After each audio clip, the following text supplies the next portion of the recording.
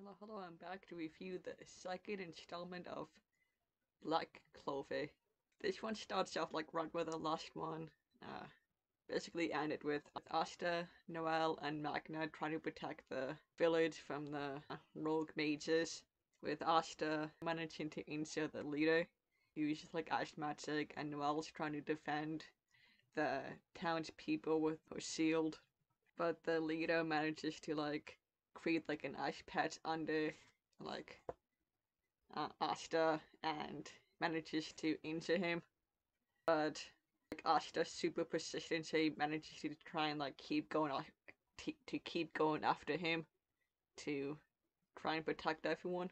Like Magna's getting pretty low on magic. Noelle has like a pretty like high reserve of magic, so she's able to constantly keep the spell going while Magna and Asta keep trying to defeat the mages, but and they do like a callback to the Valium one where Magna mentions doing like a baptism, which is something that only Asta would know about, which is Magna does the scatter sword and Asta gets behind everyone and deflects all of them with his sword. Like I think there's just like a good callback, just because it's like in the universe it's only something that like Asta and Magna would know, and like because like everyone knows like that like the Black Bulls are just a bunch of like weirdos who only cause trouble, and so like Magna saying something about like a baptism, like they probably wouldn't think anything of it, and so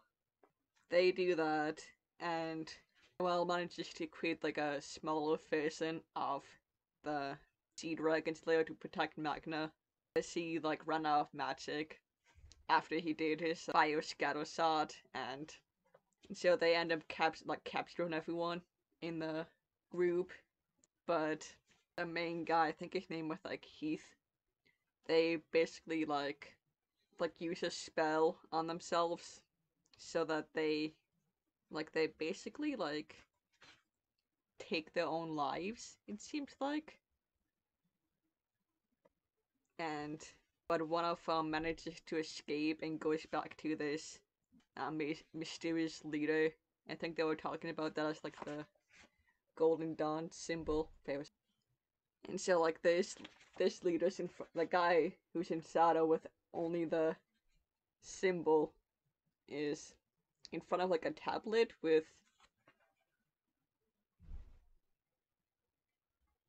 like 10 things on it. Yeah. And so like he's a pen like we don't know if it's like a man or woman there trying to apparently like collect stuff. They mentioned something about having a magic stone, which the what's it? I think it was the bird ended up getting for them, and so like the bird doesn't have a name at this point. The later call them Nero. They find this stone. I think it was in the church, and like brings it back to them. The bird apparently like knew where it was, like, and came back, and it's apparently been like following them like this whole time, and it's like attached itself to Asta. At this point, Noelle has started to get like a crush on Asta. So like, so far reading through the series, like it doesn't like turn into anything at this point. She starts thinking that he's like cute and stuff, and she admires like his power and stuff. But like going through this, she still has her own personality. She still has like a we don't see it that much, but I kind of wish she would have had more of like a I don't know like a friendship with Vanessa, because Vanessa has kind of become like a slightly of like an older sister to her, and she takes them to the like a castle town where I think Asta mentioned that Asta and Yuno took the exam there. She tries to help like Noelle find magical items to conceal her magic. So I thought that was like a pretty cute relationship. I kind of like how it kind of like started to like develop. Even though Vanessa's kind of like the hot word, she's still like a pretty good person. She's still trying to help out Noelle with her magic, and and she ends up taking them to a black market where they meet Sake again, and they think his name is Haha, and the Wizard King isn't there in disguise because she's like obsessed with magic, and he heard about Asta's anti-magic and wanted to see like what that was about, and so he ends up sending Asta to on a mission to a temple that just resurfaced that has a bunch of like old magical artifacts in it, and it's on the border between the Clover Kingdom and the Diamond Kingdom, who have been at war with the Clover Kingdom for like years.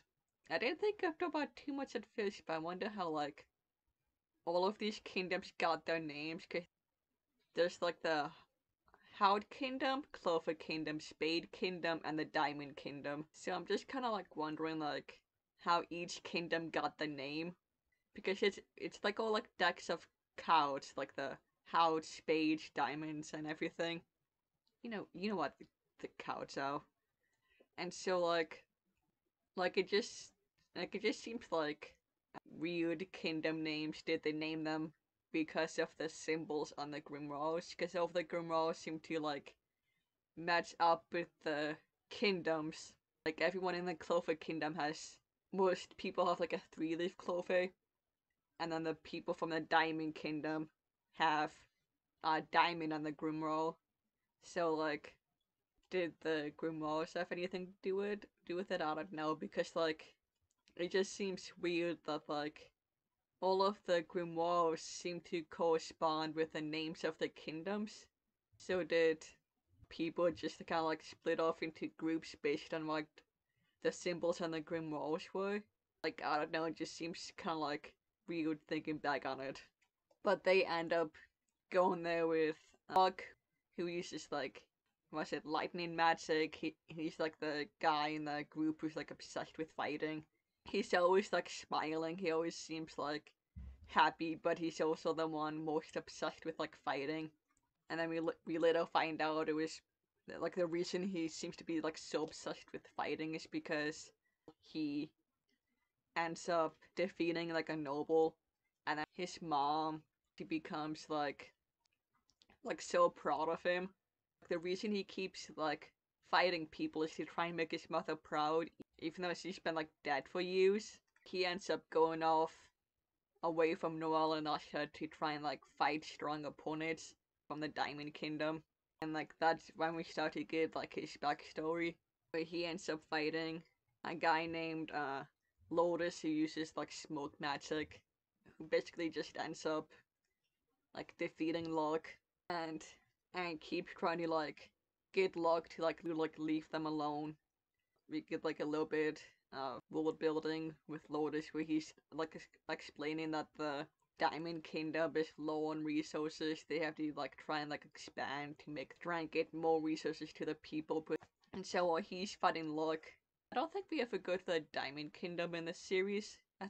I know later on that we go to the Howard Kingdom, and then later on the Spade Kingdom, but I don't think we ever see, except for like very specific flashbacks, like see what the Diamond Kingdom is like. Cause like we get like a little bit of information on them from Lotus, and then later on in the third volume, I think, yeah, we get the flashback with Aros and Fauna, but they're inside a room, so we don't see like what the landscape or anything of the Diamond Kingdom is like.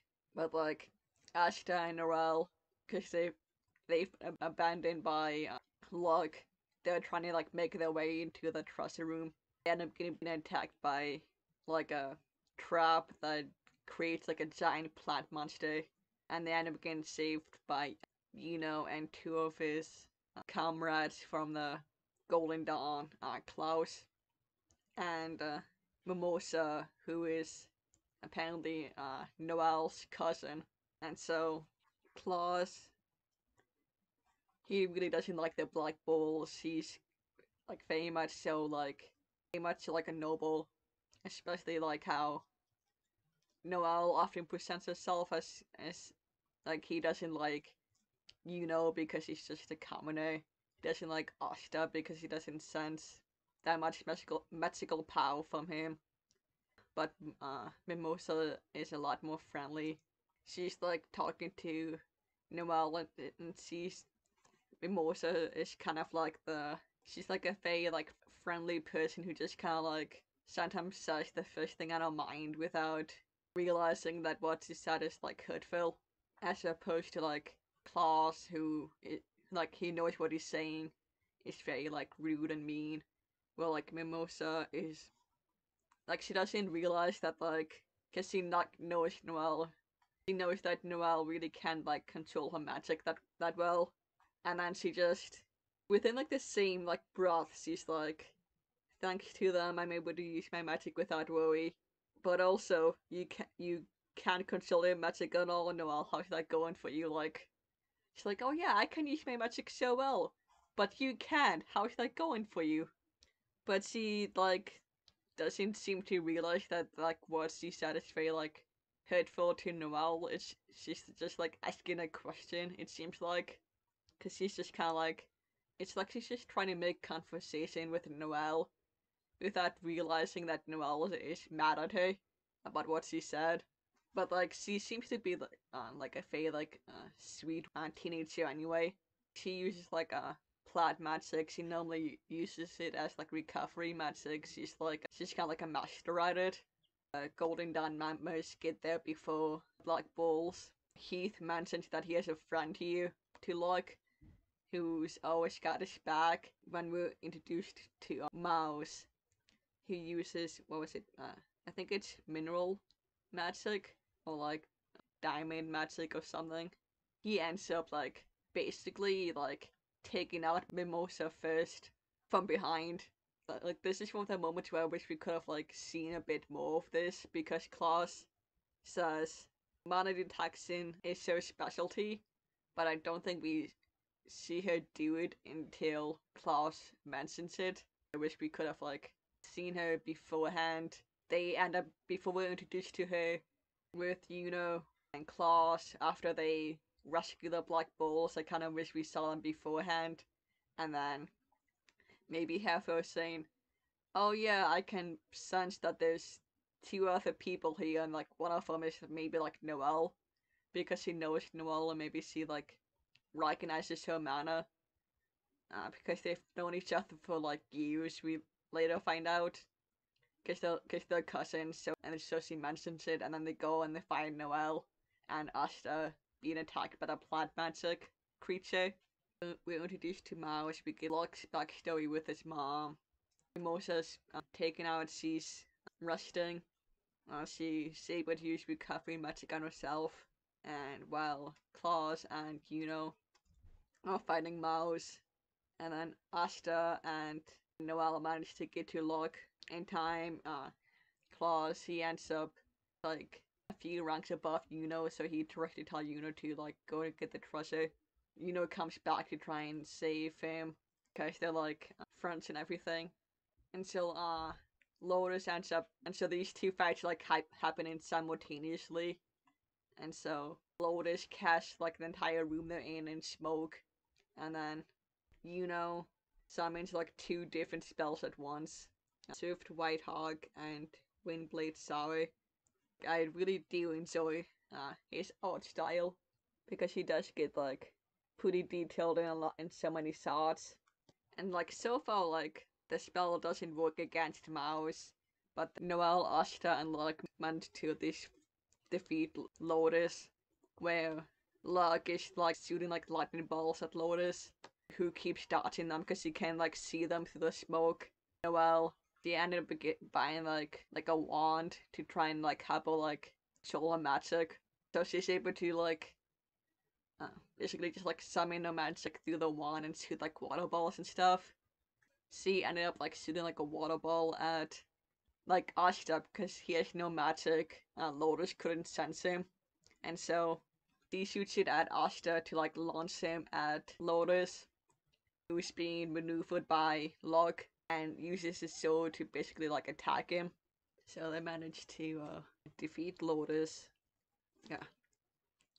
Hey, couch back over to and Mouse fighting, and Yuno's having a pretty difficult time trying to fight Mouse because like his wind magic really affects his mineral magic.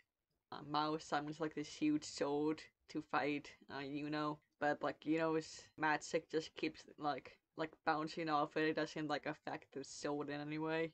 But he manages to like hold out long enough for Asta and the other Black Balls to come and help them. And uh, because of Asta's anti-magic, he manages to cut the sword in half just before it hits who's getting who's running out of magic. He's already like pretty injured from the fight, and so that's how it ends. Like I think this one, was also like pretty decent. It started to like set up more of the what probably gonna be like two of the main plots.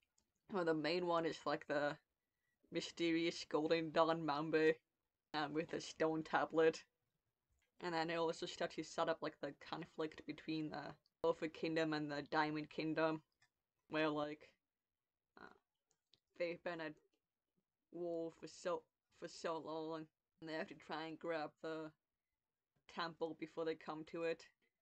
But like I said, like it's going by like kind of quickly, so some of it can feel like kind of rushed or like really like breezing through. Within the span of just like a couple of chapters, we're already like almost completely done with the underwater temple arc. Because like I know that I think I said it like bought my Demon Slayer reviews for maybe like the second or third review. Like I don't mind having like quick arcs in the beginning of a series, like showcase like the different characters, their personalities, their powers and everything. Like dive into like one long arc and like put some people off because they're just getting used to the world, and then just suddenly dive into like this huge plot relevant arc. Like the main thing might be with like in Naruto, where like I feel like if they just jumped right into the Chunin exam arc without like any sort of build up beforehand, it might feel like like a bit jarring. But in the beginning, we get the little mini arcs. We get introduced to some of the characters beforehand, like we see like Kiba, Shoji, Hinata, and all of those guys, and kind of like how their personalities are a little bit. We get the Land of Waves arc, which I think is just a couple of chapters before we get into like the everything that happens in like the Forest of Death arc, the Tsunin exam arc. All of the arcs are like short and quick. They delve into the main plot. Like I don't know how to feel about that. Like even though like the arcs are quick and they start throwing in the main plot, that like all of it can feel like even though if I kind of feel like some of the I don't know like even though I feel like kind of like some of like the plot points are going by kind of quickly, like not too mad. That's kind of like it's like getting straight to the point. It's not spanning like I think the Dressrosa arc in One Piece is what like yeah, the Dressrosa arc in One Piece is like 102 chapters. I know I know a lot of people like hated like how long it was. Like I didn't read it when it came out. I came back into One Piece like I think it was like when I was still in college, so like 2015, 2016. Like I came right before the Totland arc, and I remember which was after Dressrosa, and like I started reading it back at like the So arc and then the Totland arc, and I remember feeling like really like annoyed at Totland, especially towards the end, where like Big Mom keeps like chasing everyone. Where Big Mom is like going after the Sunny, and like I felt like the last half of it was really like dragging on, and so like in Black Clover, like going back pretty quickly, we're getting introduced to so much stuff, but I also feel like it's going by too quickly.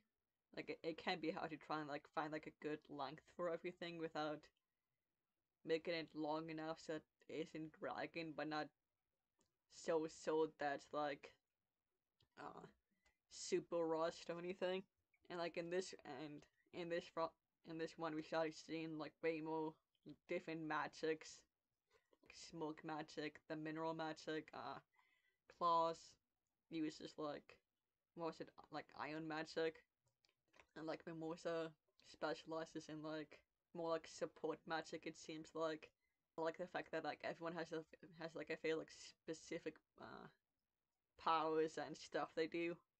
Noelle just for the moment is like a she only has that one spell. She's like a dragon layer spell. It's supposed to be like a pretty powerful like defensive spell. Also, it's also more of like a support mage. And it's like this is where like all of the battles start becoming like pretty like interesting, with everyone using the spells in like pretty cool ways. I thought, but like Lotus, because he uses smoke magic, he's able to make like a thin layer of smoke that like no one can see, that like drains magic.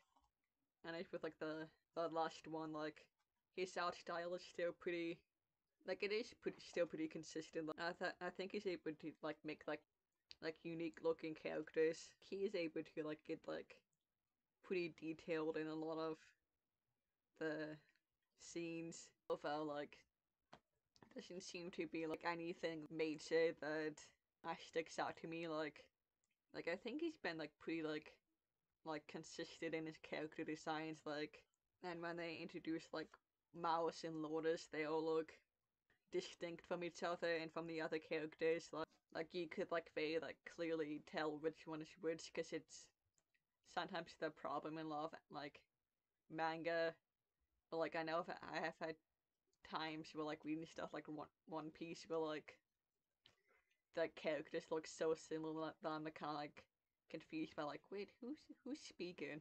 But like with this one, I felt like even in some of the more like maybe like slightly chaotic scenes where you get a lot of people in like one panel or anything on like one page, I could say like pick them apart, like pick out like Asta, Noelle, Mimosa.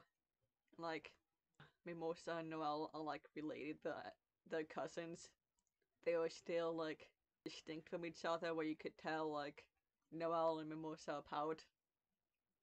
And like also like I forgot that this is also like the well like we're introduced to the Razor King in the book one, but it's only like a quick like glimpse of them, of him and the other captains coming back to the capital, I think it was, after having defeat after like some sort of like big battle, I think. And but like this is like the first like proper introduction of the Wizard King Julius, uh, Nova Julius Nova Kronos, and so like when I started watching the anime, I don't know why I found it so funny, but like the English voice actor for Julius is also Do Flamingo from One Piece. I just found that hilarious for some reason, because it's like they're just so like two different characters. Like I just found that hilarious for some reason. I don't know why. This is like the first proper introduction of him, and like that's the only time he appears in this one. Like other one, we get the. I think this happens in like a lot of other manga. I think it happens in like Fairy Tail too. We get like the little profiles of the characters. Okay, peace.